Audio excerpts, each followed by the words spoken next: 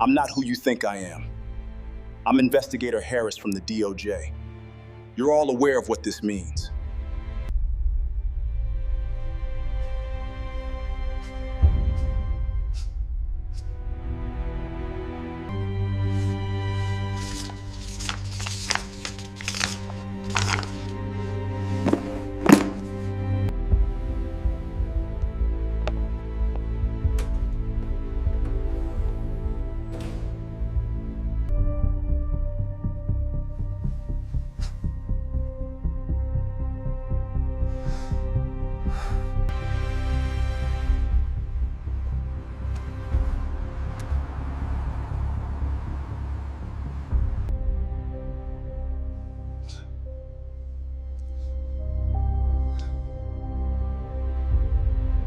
I told you this wasn't over. You can't just ignore what happened and expect me to keep quiet.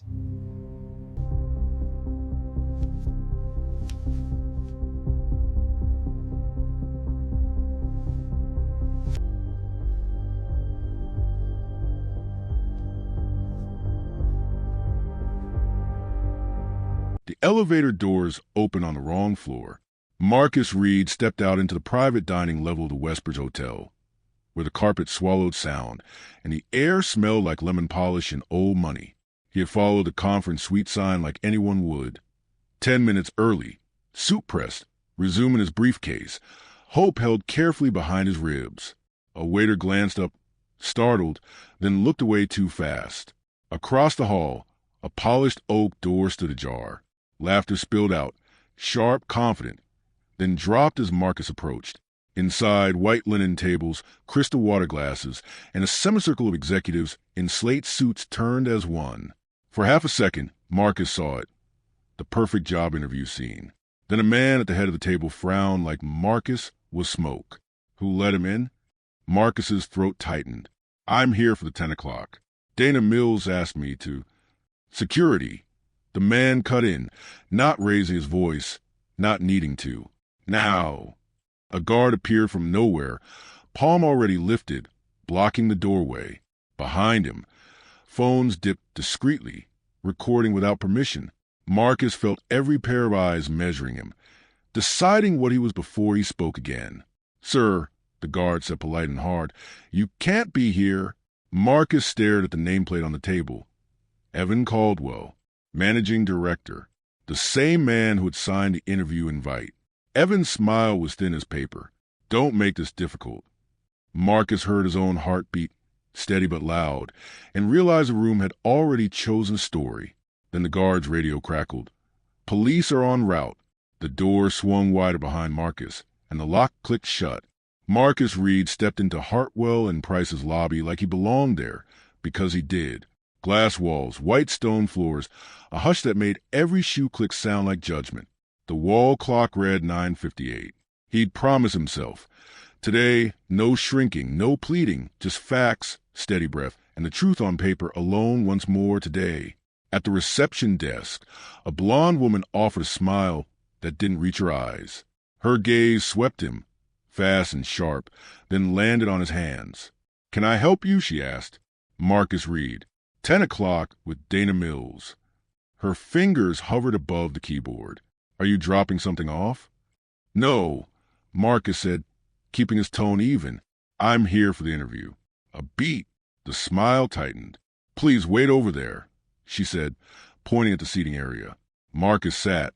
He watched people stream through the turnstiles, mostly white, all unbothered. A man in a navy suit joked with a receptionist as he walked past. She laughed like it was effortless. 5 minutes passed. Then 10. A security guard approached. Thick shoulders, radio clipped to his chest. His name tag read Hank. Sir, Hank said, stopping too close. What are you doing here? Waiting, Marcus said. Dana Mills. HR. Hank's eyes moved over Marcus's briefcase, his watch, the press lapels. You got an appointment? Yes. With who? Marcus held his gaze. Dana Mills. Hank's mouth curled. Let me see some ID. Marcus felt his pulse punch once. He moved slowly, 2 fingers sliding into his inner pocket. the way his father taught him when men with power got nervous. Hank's hand drifted toward his belt. Marcus placed his driver's license on the counter. There you go. Hank didn't pick it up right away. He read the name like it was a puzzle. Marcus Reed. His eyes lifted. What position? Senior risk analyst. Hank let out a short laugh. That right? It is, Marcus said. The receptionist stared at her screen as if it contained salvation. Hank keyed his radio. Control, I need confirmation. Marcus Reed in the system? Static. Then, no record. Hank's eyebrows rose.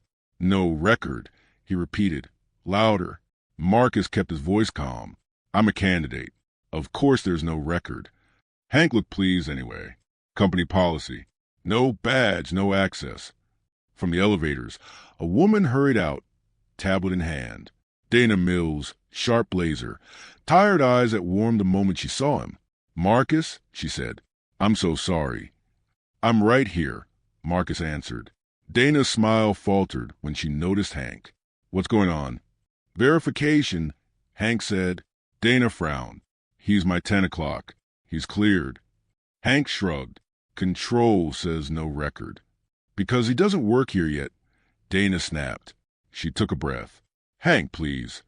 Hank finally picked up the license. I'm going to hold this until we're done. Marcus stared at his ID in the guard hand. You're going to hold my license. Standard, Hank said. It's not standard, Marcus replied. It's control.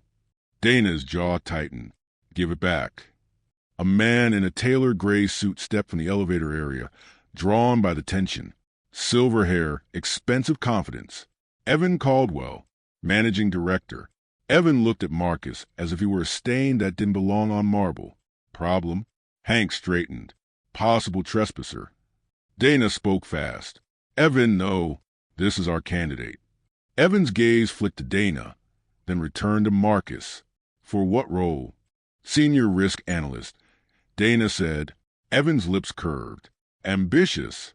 The word hit like a quiet slap. Marcus kept his shoulders steady. My resume speaks for itself. Evan's eyes stayed cold. A resume isn't the job. Fit matters. Dana's voice shook. He's being treated like a threat. Evan's tone remained polite. If he's not a threat, he shouldn't be offended. Marcus felt the lobby's silence gather. People pretending not to listen while listening anyway.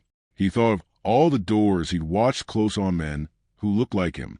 He looked at Hank. Return my ID. Hank's chin lifted. After we confirm.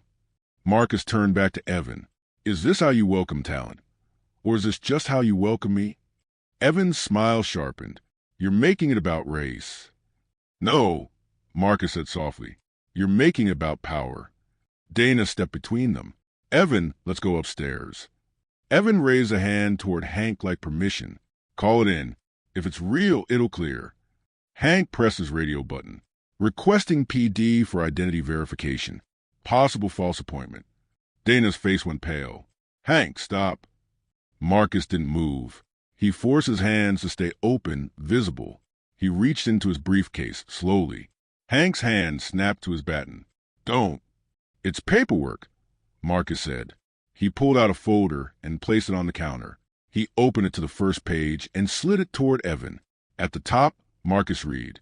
Below, in bold, former Doge civil rights investigator. Evan's eyes narrowed. What is this? Marcus met his stare. My past, he said, and the reason I don't flinch when people misuse policy. Outside the glass doors, red and blue lights flickered across the lobby's white floor. The siren rose, coming closer.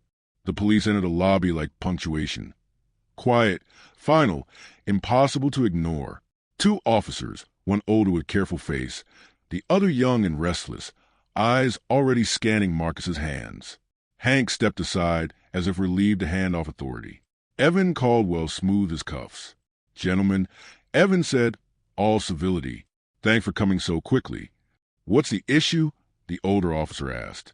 Identity verification, Hank replied. He doesn't have clearance. Marcus inhaled through his nose. I'm a job candidate. I was invited. The younger officer tilted his head. Then why are we here? Evan answered before Marcus could. He became agitated, refused to cooperate.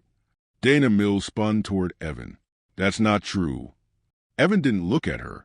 Dana, please. Let them do their job. The older officer turned to Marcus. Sir, can I see your ID? Marcus's jaw tightened. Security took it. Hank held it up. I have it. Return it, the officer said. Hank hesitated, then placed the license in Marcus's open palm. Marcus noticed a small tremor in his fingers. Not fear, exactly, but annoyance at being corrected. Thank you, Marcus said. The older officer studied the license. Then Marcus. You're here for an interview? Yes. 10 o'clock. HR. The younger officer glanced at Evan. Is that accurate? Evan smiled thinly. He was scheduled to meet Dana. Yes. But circumstances raised concerns. What concerns? Marcus asked. Evan's eyes flicked to the briefcase. Unusual behavior. Confrontational tone. Dana let out a sharp breath. He was standing still. The older officer raised a hand. All right. Sir, are you being asked to leave? Evan nodded once. We decided to postpone. Marcus felt the words settle heavy in his chest. Postpone. A delay that erased what had already happened. So I'm being escorted out, Marcus said. For now, Evan replied. We'll be in touch. Marcus looked at the officers. Am I being detained? The older one shook his head. No. Then I'll walk out myself, Marcus said. The younger officer watched him closely as he turned toward the doors. Phones lifted again, careful, silent. He could already imagine the captions forming without him. Outside, the city noise hit like a wave. Marcus stopped on the steps and exhaled, long and controlled. His hands shook now, just slightly. He tucked them into his coat pockets until they steadied. Dana hurried out behind him. Marcus, wait. He turned. I'm so sorry, she said. Her voice cracked on the word. That never should have happened. I know, Marcus said. She swallowed. This isn't who we are. Marcus didn't argue. It's what happened. She nodded, eyes wet. Let me fix this. I'll reschedule. I promise. Marcus looked past her at the glass facade, where Evan's reflection hovered like a ghost. I'm not asking for a favor. Dana hesitated. Then what are you asking for? For the truth, Marcus said. In writing. Her shoulders sagged. They won't like that. They didn't like me walking in either, Marcus replied gently. Inside, Evan watched through the glass as Dana stood too close to Marcus, talking too earnestly. His phone buzzed. Evan answered without looking away. Yes. A voice murmured. Evan nodded. I handled it. He's gone. Pause. Yes. He pulled a race card. Evan's mouth curved. We'll manage. Marcus walked 2 blocks before his phone vibrated. You okay? A voice asked when he answered. Define okay, Marcus said. Renee Carter exhaled. They really called the cops? They did, Marcus said. Lobby. 10 in the morning. Renee swore softly. Same firm. Yes. A beat. That tracks. Marcus stopped at a crosswalk, watching the light. You ever notice how fit is a skill? It's a filter, Renee said. Keeps power clean. They offered to reschedule. Renee laughed, humorless. Of course they did. Marcus looked down at his reflection in the dark glass of a storefront. His tie was still straight. What do you know about Hartwell and Price? Enough, Renee said. Quiet settlements. Mandatory arbitration. People disappear. Disappear how? Careers stall. Complaints vanish. Everyone's polite. The light changed. Marcus stepped forward. I want names. I'll send what I have, Renee said. But listen to me. They'll try to flip this. Make you the problem. They already started, Marcus replied. Silence stretched. Then Renee said, What are you thinking? Marcus crossed the street. Heart steady now. I'm thinking I don't want the job. Renee waited. I want the access, Marcus finished. Back at the firm, Evan convened a brief call. Containment, he said. No emails. HR handles communication. Security documents incident as candidate confusion. Someone asked, What if he escalates? Evan smiled. He won't. People like that want dignity. We'll offer it conditionally. Dana sat alone in a conference room, hands clasped, staring at the wall. Her inbox pinged. Subject: interview follow-up. She closed her eyes. Marcus reached his apartment and set his briefcase down carefully. He opened it, laid out the folder, added a note with timestamps, names, phrases. He wasn't angry anymore. He was precise. And somewhere downtown, behind glass and marble, a firm built on silence assumed it had already won. The offer arrived at 8:07 a.m., subject line crisp and cheerful, as if nothing had happened. We're excited to move forward. Marcus read it twice, then a third time, letting each sentence settle. The language was careful. Phrases like misunderstanding, unfortunate disruption, commitment to inclusion. No apology, no acknowledgement of the police. Just momentum, as if speed could erase friction. He forwarded the email to Renee with a single line. Thoughts? Her reply came fast. They want control back. Marcus knew that already. He accepted anyway. The building didn't look different when he returned 2 weeks later, but everything else did. His badge worked. Security nodded too quickly. The receptionist smiled too wide. Welcome aboard, Marcus, she said, as if they'd always been friends. Dana met him by the elevators, eyes searching his face. I'm really glad you're here. So am I, Marcus said. It was true, in a way that had nothing to do with gratitude. His onboarding schedule was immaculate. Meetings stacked tight, lunches booked, a culture orientation penciled in with suspicious enthusiasm. Evan Caldwell appeared briefly, shook Marcus's hand, and smiled for the room. Happy to have you, Evan said. This speaks volumes about who we are. Marcus smiled back. It does.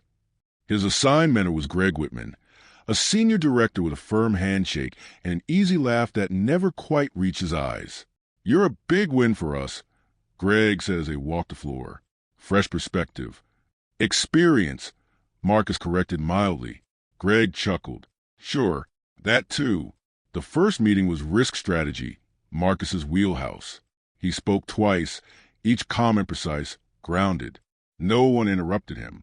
No one built on what he said either. The conversation flowed around his contributions like water around a stone. Afterward, Greg clapped him on the shoulder. You'll find your voice. I used it, Marcus replied. Greg's smile tightened. Of course. By week's end, the patterns emerged. Calendar invites moved last minute. Documents shared without edit access. Security lingering outside certain conference rooms when Marcus entered, then drifting away when he left. Subtle, deniable, exhausting. At lunch on Friday, a woman slid into the chair across from him without asking. Nia Brooks, she said. Data analytics. Marcus raised an eyebrow. Bold move. She smirked. I recognize a fellow experiment. He laughed quietly. How long you been here? For years, Nia said. Top performance reviews. 0 promotions. Why? She shrugged. Tone. Presence. Fit. Marcus nodded. That word again. They're grooming you, Nia continued. Not for power. For optics. What makes you say that? She leaned in. You're already on the diversity panel invite list. I'm not. Marcus felt something settle cold in his stomach. They asked me to be a spokesperson. Nia's eyes sharpened. And I declined. Her shoulders dropped just a little. Good. That afternoon, Dana called Marcus into her office and closed the door. They're not thrilled, she said carefully. With what? With you saying no. Marcus, Saturday. They didn't hire me to smile. Dana sighed. They hired you to help us evolve. Evolution without power is decoration, Marcus said. She rubbed her temple. I'm trying to protect you. I know, Marcus replied. But protection isn't neutrality. Dana hesitated, then lowered her voice. There are things you shouldn't push. Like what? She glanced at the door. Like how security works here. Like which complaints make it past compliance. Marcus studied her. Have you seen those complaints? Yes, she admitted. Some. And they disappear, Dana whispered. That night, Marcus stayed late. The office emptied in stages, laughter fading into keyboard taps, then silence. He logged into systems he'd been told were temporarily restricted and noted the access errors. Time-stamped, documented. His phone buzzed. Renee again. How's the welcome? Warm, Marcus typed, in a control-burn sort of way. She replied with a single word. Records. He smiled. At 9:43 p.m., an email pinged his inbox. From Evan Caldwell, subject. Quick check-in. Evan suggested dinner. Leadership bonding. Open conversation. Marcus replied with availability. The dinner was immaculate. White tablecloths, donors, laughter that skimmed surfaces. Evan introduced Marcus like an artifact. Our newest hire, Evan said, a testament to our values. Someone joked about aggressive markets. Another laughed and glanced at Marcus. Evan didn't correct it. Marcus smiled, counted breaths, and stored the moment. Back home, he opened a new folder on his laptop. He labeled it simply Hartwell. Inside, he placed emails, access logs, meeting notes. Small things. Patterns waiting to be named. On Monday morning, Marcus found a note taped to his monitor. Great energy last week. Keep it positive. No name. No threat. Just instruction. Marcus peeled it off, folded it once, and slid it into his briefcase. They thought the offer was the end of the story. It was only the opening chapter. The marble floors gleamed no matter what happened beneath them. Marcus learned that by the third week.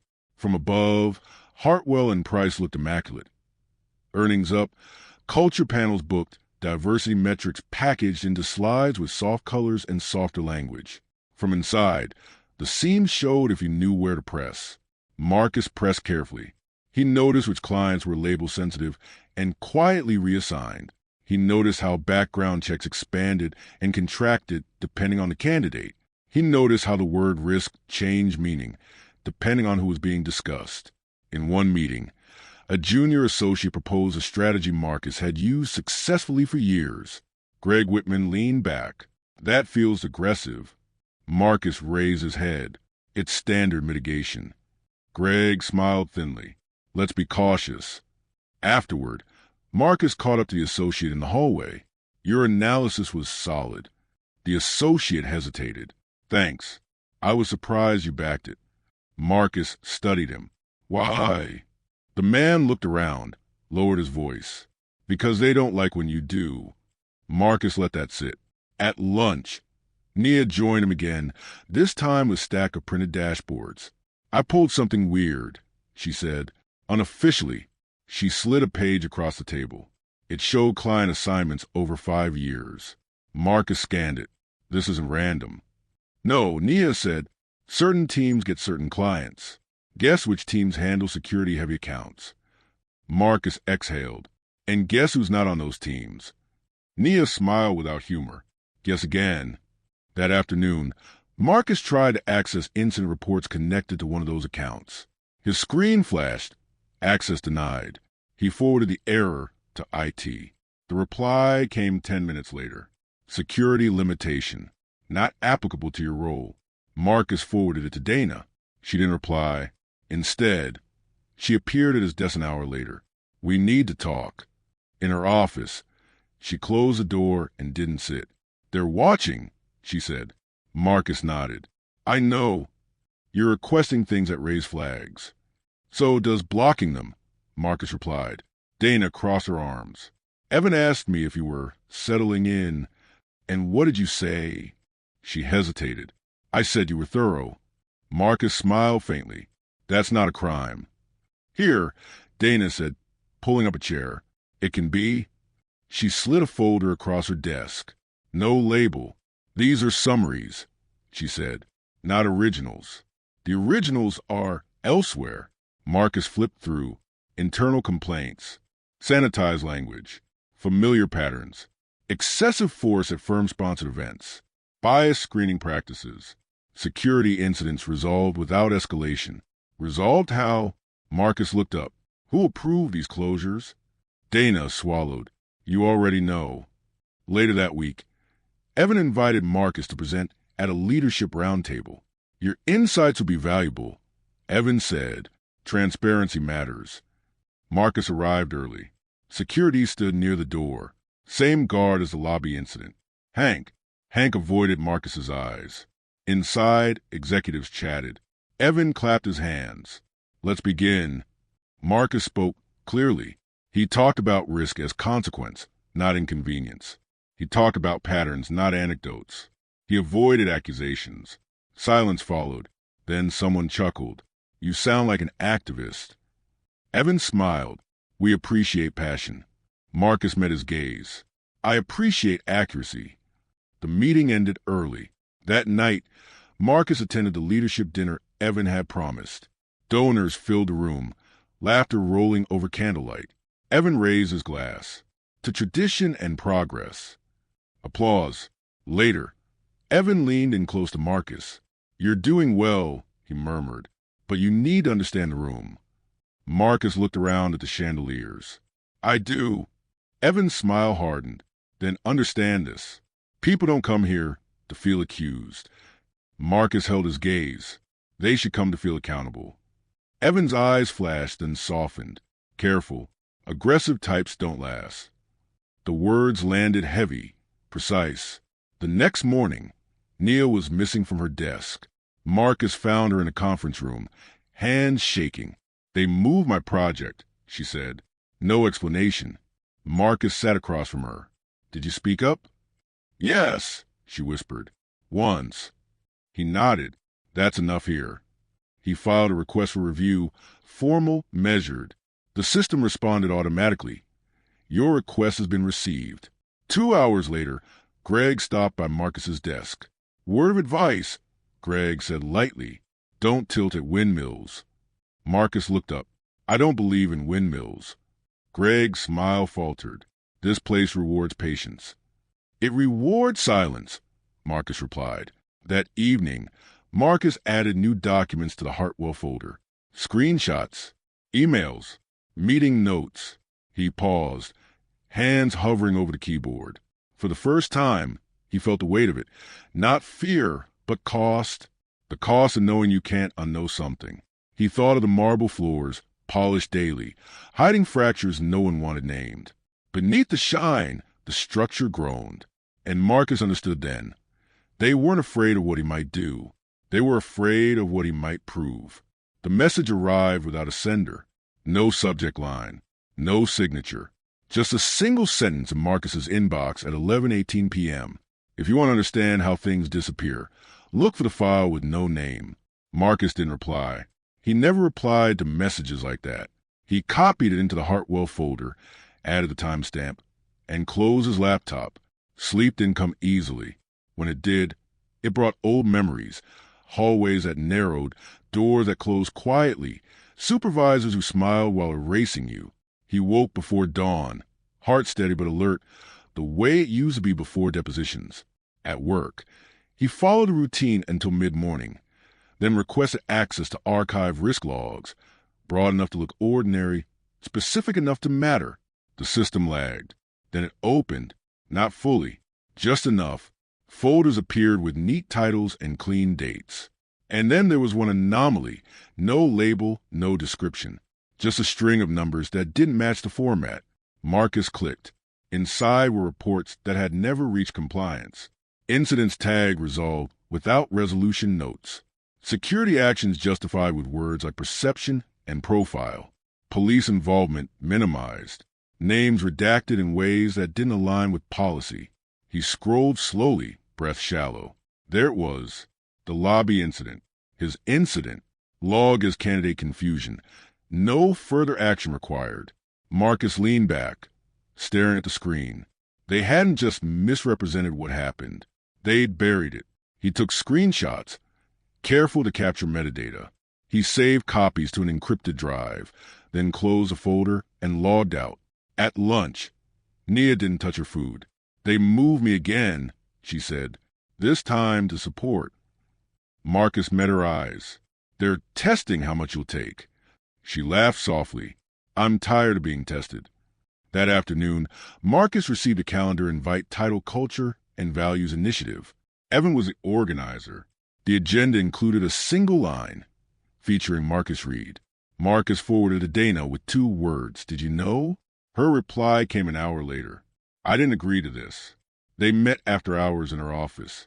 Dana closed the blinds. They want you visible, she said, but quiet. They want me useful, Marcus replied, as insulation. Dana nodded. If you say yes, they'll frame it as growth. And if I say no, they'll frame it as resistance. Marcus Saturday, which frame do you prefer? Dana's voice cracked. I prefer the one where no one gets hurt. Marcus softened. That option passed a while ago. The next day, Evan stopped Marcus in the hallway. Exciting news, Evan said. We're spotlighting you next week. Marcus didn't smile. I'm not interested. Evan's eyes cooled. This isn't optional. It is, Marcus said calmly, and I'm declining. Evan stepped closer. You're misunderstanding how this works. Marcus met his gaze. No, I understand exactly. Evan exhaled, slow. You're forcing my hand. That hand moved fast. By Friday, Marcus received his first performance note. Not a warning, not discipline, a check-in. Concerns raised about collaboration style, perception of defensiveness. No examples, no names. Marcus added it to the folder. That afternoon, Neil was called into HR. She returned pale. They offered me a promotion. Marcus's stomach dropped. With conditions. She nodded. I don't talk to you about work anymore. Marcus closed his eyes briefly. Did you accept? I asked for time, she whispered. Am I a coward? No, Marcus said. You're human. He walked her to the elevator. Whatever you decide, document it. That night, Marcus called Renee. They're offering deals, he said. Of course they are, Renee replied. Divide and contain. I found the file. Silence. Then how bad? Bad enough to matter. Then you're past the point of quiet exits, Renee said. If you stay, you're staying all the way. Marcus looked at the city lights outside his window. I know. Monday morning, an email went out company-wide. We're proud to announce a renewed commitment to equity and safety. Marcus read it twice. Then he read the attachment. A new policy. Same language. Same loopholes. He opened the unnamed file again and found something new at the bottom. A pending incident. Time-stamped that morning. Involving a firm-sponsored event. And security. Marcus felt the weight settle fully now, not fear but clarity. They weren't afraid of exposure. They were counting on exhaustion. Marcus closed the file, stood, and walked toward Dana's office. This time, he wasn't asking for permission. He was asking who else was ready to stop pretending. Marcus learned that calm had a price. It showed up in the way his shoulders never fully dropped, even at home, in the way sleep hovered but didn't land, in the way his phone felt heavier every time it buzzed, like it already knew what waited on the other end. The formal request he submitted, measured, documented, unimpeachable, sat in the system for exactly 46 minutes before being returned. Insufficient grounds for review. No explanation. No next steps. He stared at the screen, then forwarded it to his personal account and added a note, blocked at intake. By noon, the response arrived in a different form. An email from HR, subject line neutral, as snowfall. Request for meeting, professional conduct. Dana wasn't on the invite. The room they chose was small, windowless, designed to make conversations feel private and consequences feel inevitable. 2 HR managers sat across from him, hands folded, faces practiced. Marcus. One began, "This is informal." Marcus nodded. "Then let's keep it factual." They exchanged a glance. "We've received feedback," the other said. "Concerns about your tone in meetings, your approachability." Marcus waited. "There's a perception," the first continued, "that you're adversarial. Can you give an example?" Marcus asked. A pause. Papers shuffled. "General impressions," she said. "Nothing specific." Marcus leaned back. "Then there's nothing to address." The second manager smiled thinly. "We're just trying to support you." "Support doesn't come without substance," Marcus replied. They ended the meeting quickly. Outside, Marcus leaned against the cool wall and closed his eyes. He felt the familiar edge of anger, sharp and tempting. He let it pass. Calm, he reminded himself. Calm was survival. His phone buzzed. Nia, they're watching me, her text read. I know, Marcus replied. Don't change anything without documenting it. She didn't respond. That evening, Marcus went to see his mother. Her house smelled like lemon cleaner and simmering onions, the scent of care disguised as routine. She watched him closely as he ate, the way mothers always do. You're carrying something, she said finally. He smiled faintly. I always am. She reached across the table and took his hand. This feels heavier. Marcus stared at their joined hands. They're trying to make me the problem. She nodded. That's what systems do when they're threatened. He laughed softly. You sound like me. I raised you, she said, and I watched what it cost your father to stay quiet. Marcus's chest tightened. Don't confuse calm with surrender, she continued. But don't confuse endurance with safety either. He squeezed her hand. I don't know how to leave this clean. She met his eyes. There is no clean. There's only honest. The next morning, Marcus arrived to find his access partially revoked. Nothing dramatic. Just enough. Certain folders gone. Certain permissions downgraded. Greg Whitman stopped by his desk mid-morning, voice light. Heads up, Greg said. Leadership's concerned you're not adapting. Adapting to what? Marcus asked.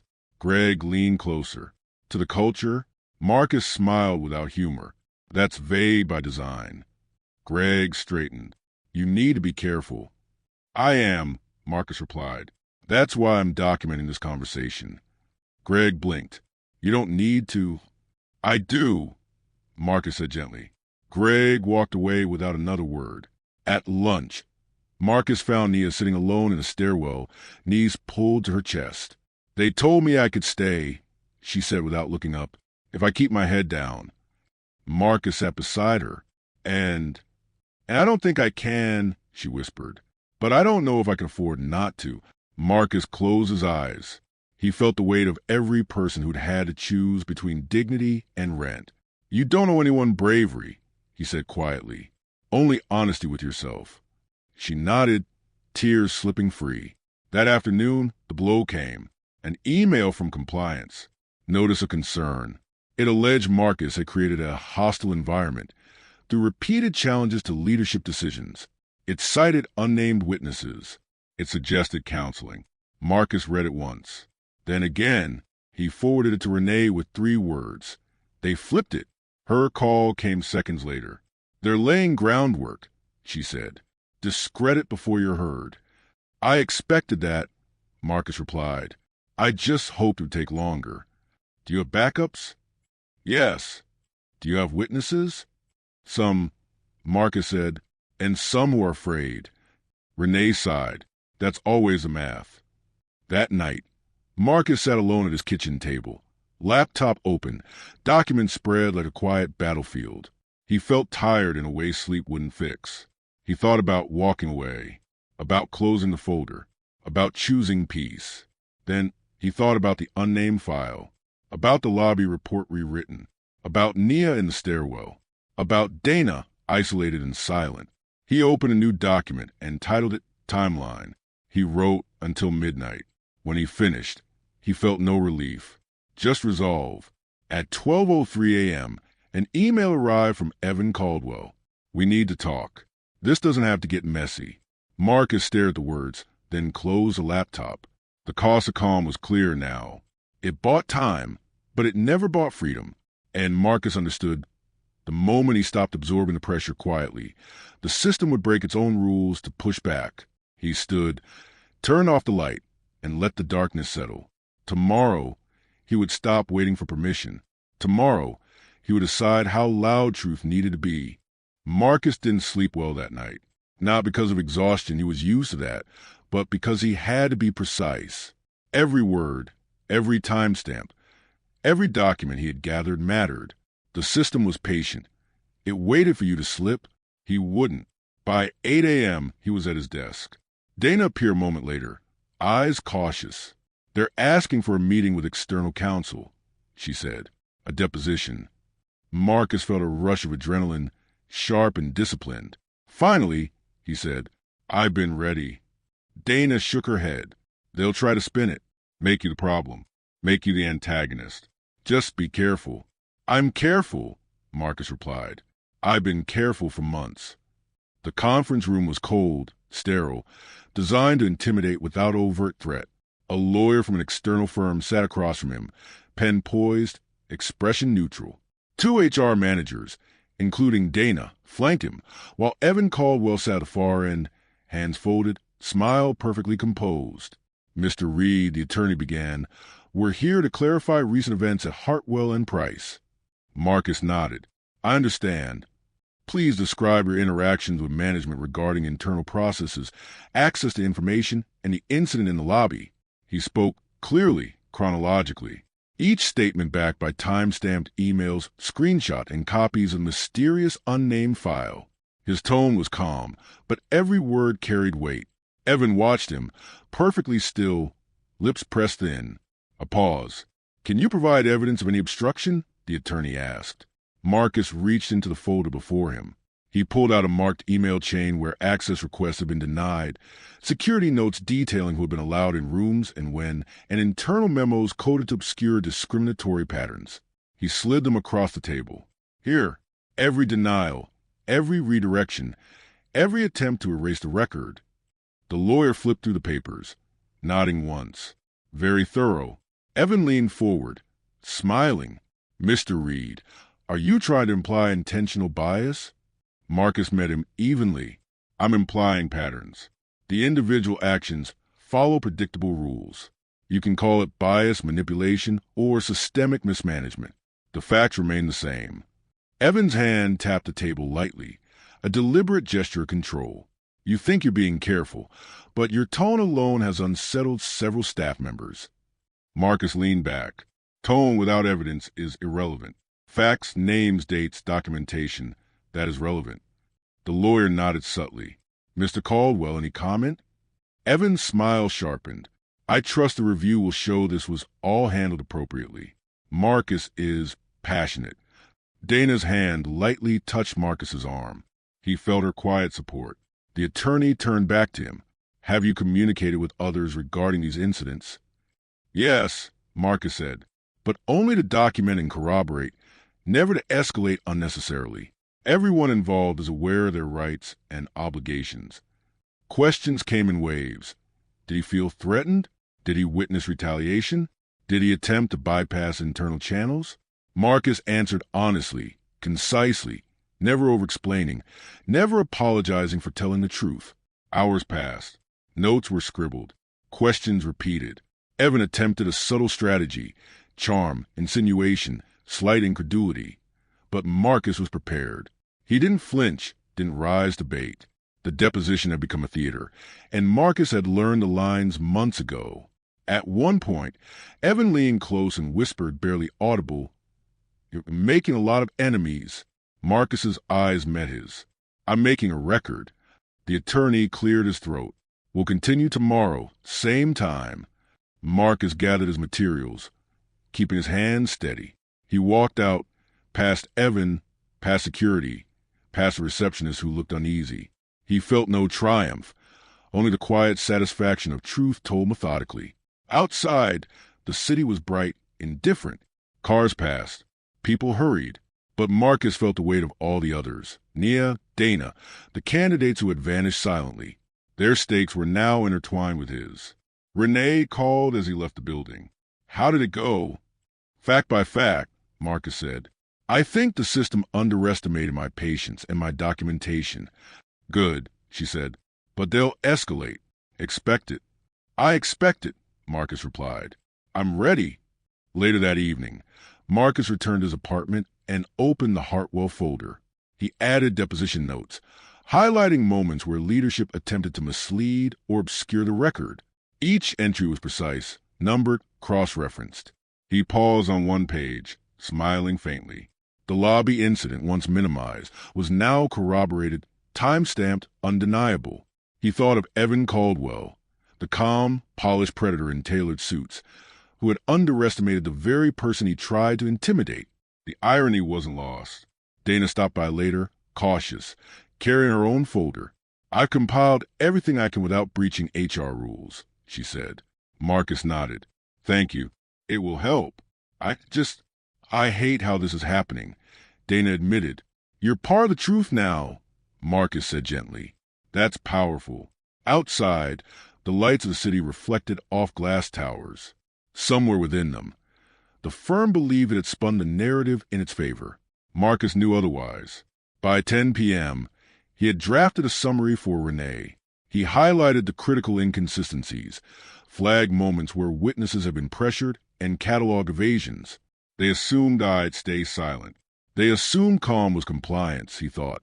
He closed his laptop and leaned back, fingers interlaced behind his head. Exhaustion came creeping, but so did resolve, because the deposition wasn't just a conversation. It was proof, and Marcus Reed didn't flinch when proof was demanded. Tomorrow, the firm would realize that their carefully constructed facade had cracks. And this time, the cracks were documented, dated, and undeniable. He allowed himself a small smile, calm, precise, measured, not arrogance, just recognition. The system had met its match. And Marcus knew that when the cameras didn't blink, when the record was complete, no one could pretend the story was anything other than truth. The leak was subtle at first. A short clip, no sound, just a lobby incident, the same one Evan Caldwell had tried to erase from memory. Phones captured the tension in Marcus's hands, the polite firmness in his voice, the way Hank had hesitated just a fraction too long. Nothing editorialized, nothing dramatized, only the truth. It hit social media within hours. Marcus watched the first notifications from his apartment. Retweets, shares, comments. People recognized the universal. The quiet indignity, the polished cruelty, the imbalance of power. The firm reacted immediately. Evan's calendar cleared. A corporate comms team assembled to control the narrative. Emails went out urging staff not to comment. Security buzzed in hallways with heightened vigilance. The PR department issued statements.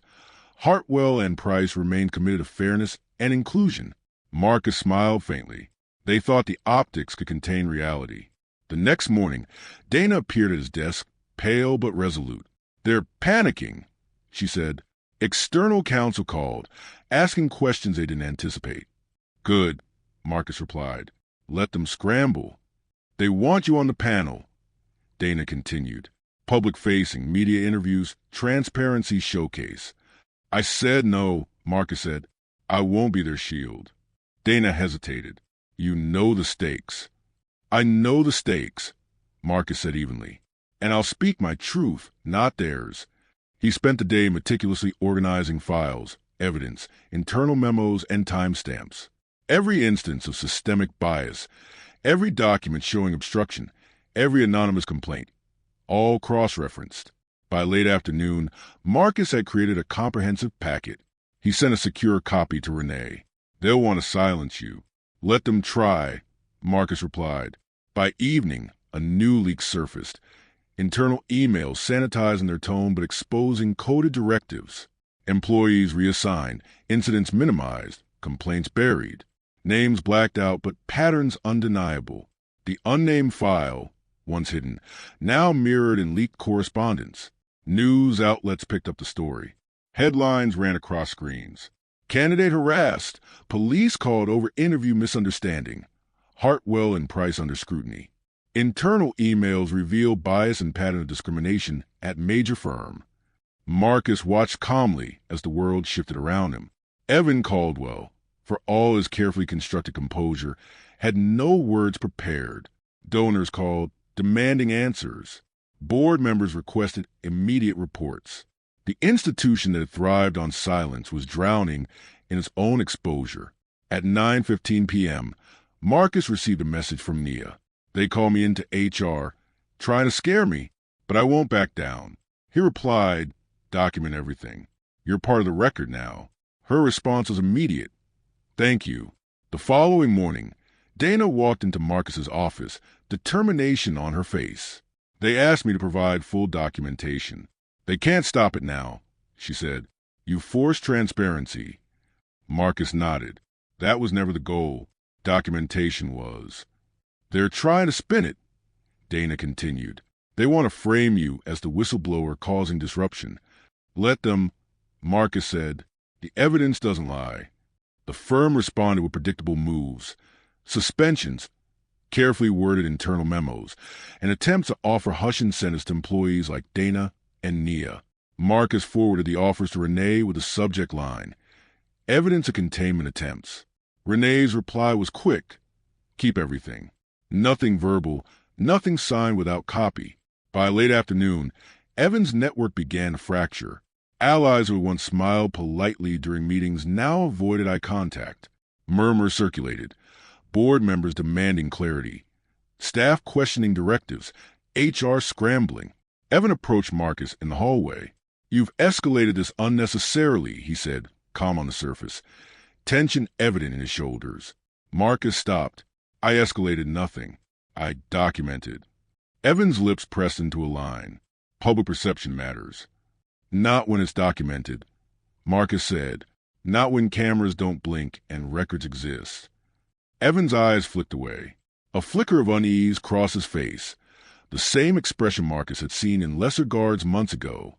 Power isn't absolute when truth is tangible.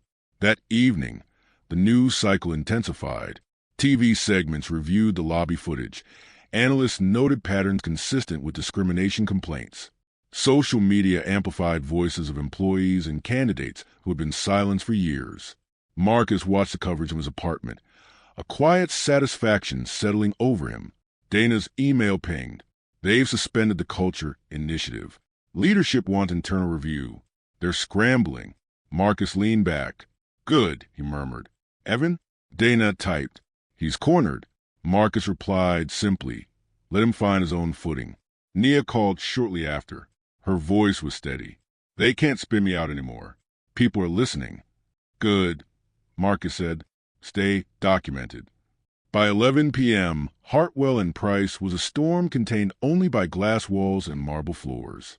Inside, Evan Caldwell paced his office, tried to maintain control that had slipped through his fingers months ago.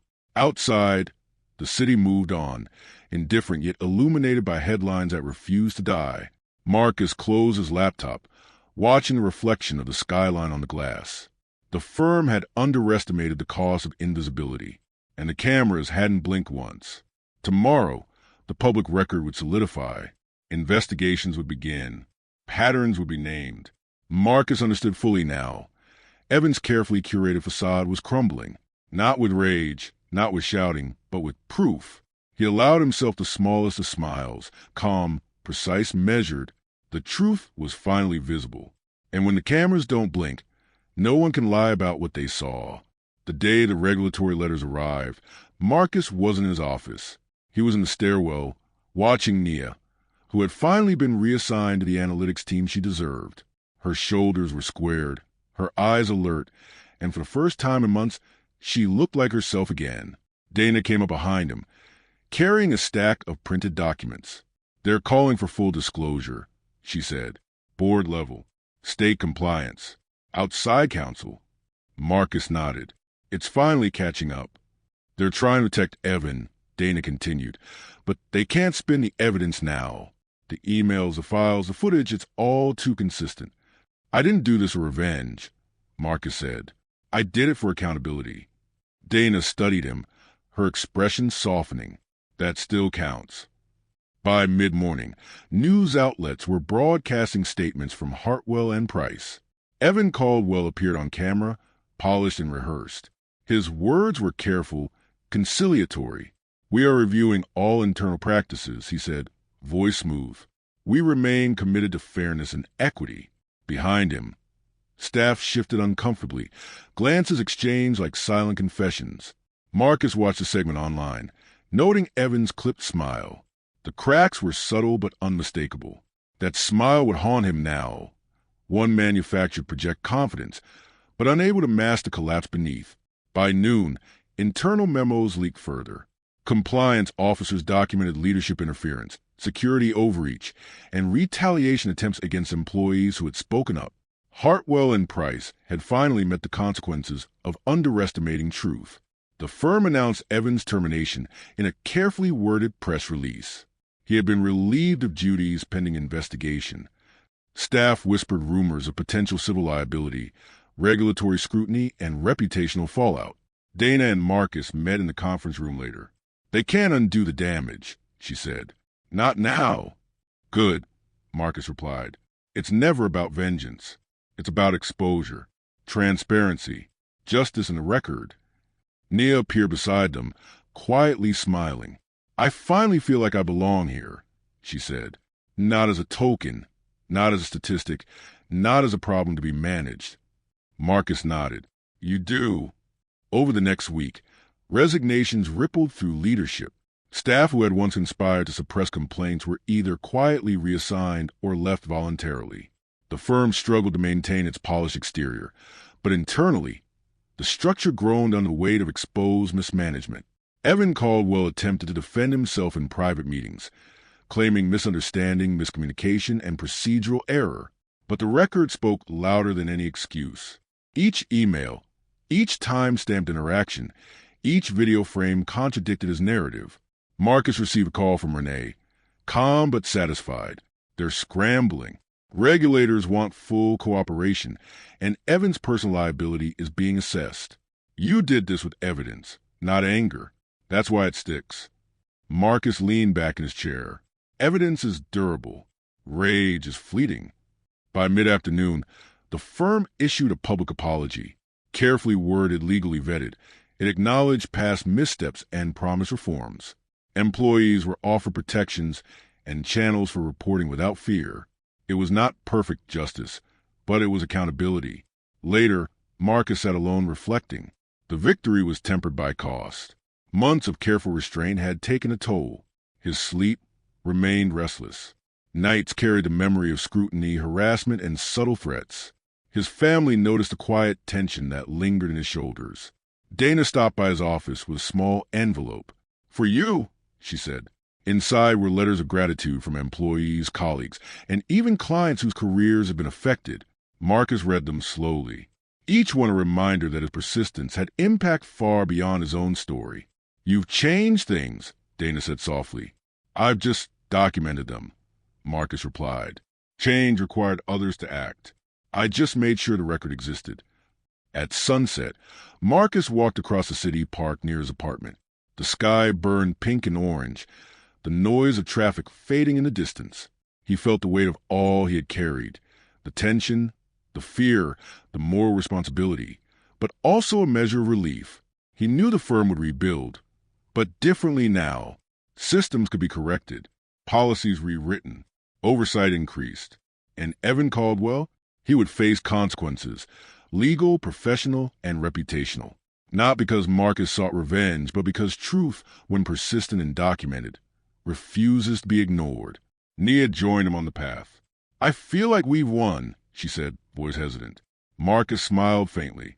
"We've gained accountability. That's as close as winning gets." Dana arrived, walking briskly, her posture finally relaxed. "We survived," she said. Marcus looked at both of them. "We did, but survival isn't free. Don't forget the cost." They walked together as the city lights flickered on, one by one. Quiet, measured, resilient. Marcus knew the story wasn't over. Trauma lingered. Trust had been fractured. Careers had been endangered.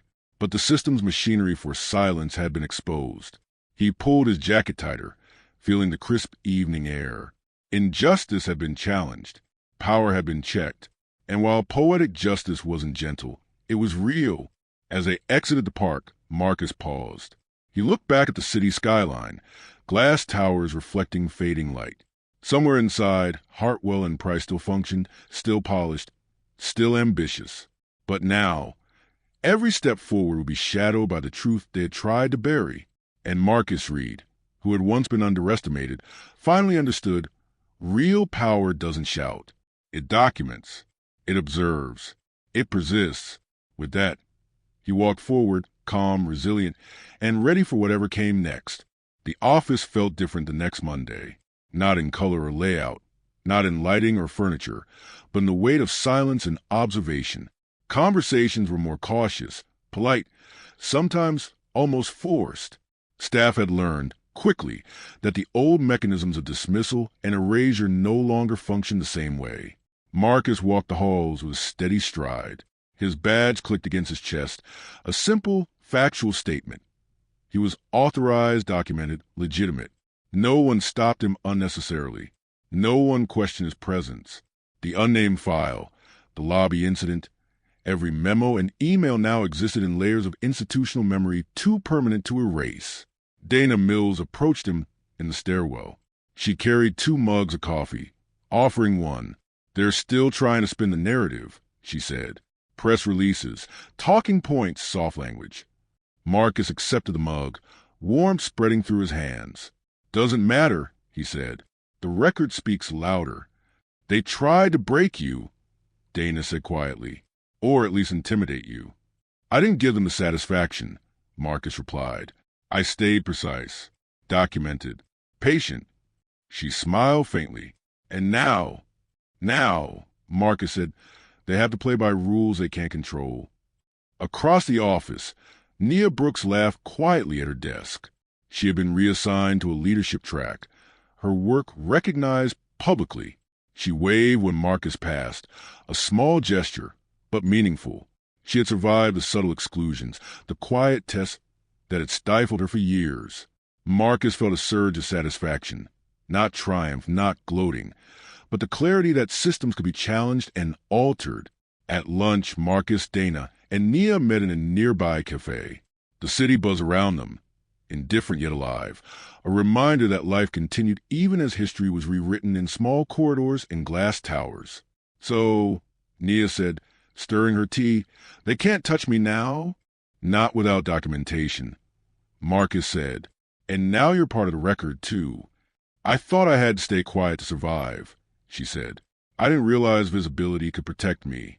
"Visibility backed by evidence," Marcus corrected. "That's what matters."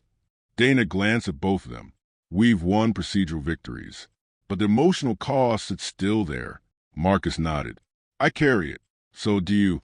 But the cost doesn't mean silence anymore." By mid-afternoon, the news broke that Evan Caldwell had resigned from the firm entirely. Statements cited personal reasons and opportunity for reflection. But Marcus knew better. Regulatory review and civil inquiries had begun. Legal liability loomed. His meticulous documentation, combined with internal leaks and media coverage, had made the firm accountable in ways Evan had never anticipated. Marcus leaned back in his chair, considering the ripple effect. Every move had consequences, and for every carefully orchestrated attempt to maintain control, there was a response, measured and enduring. It had cost him months of vigilance, sleep, and emotional energy, but the outcome validated every cautious, precise decision. Dana called him into HR again later that week. "They're implementing new compliance procedures," she said. "Employee oversight, anonymous reporting channels, and mandatory transparency in security operations."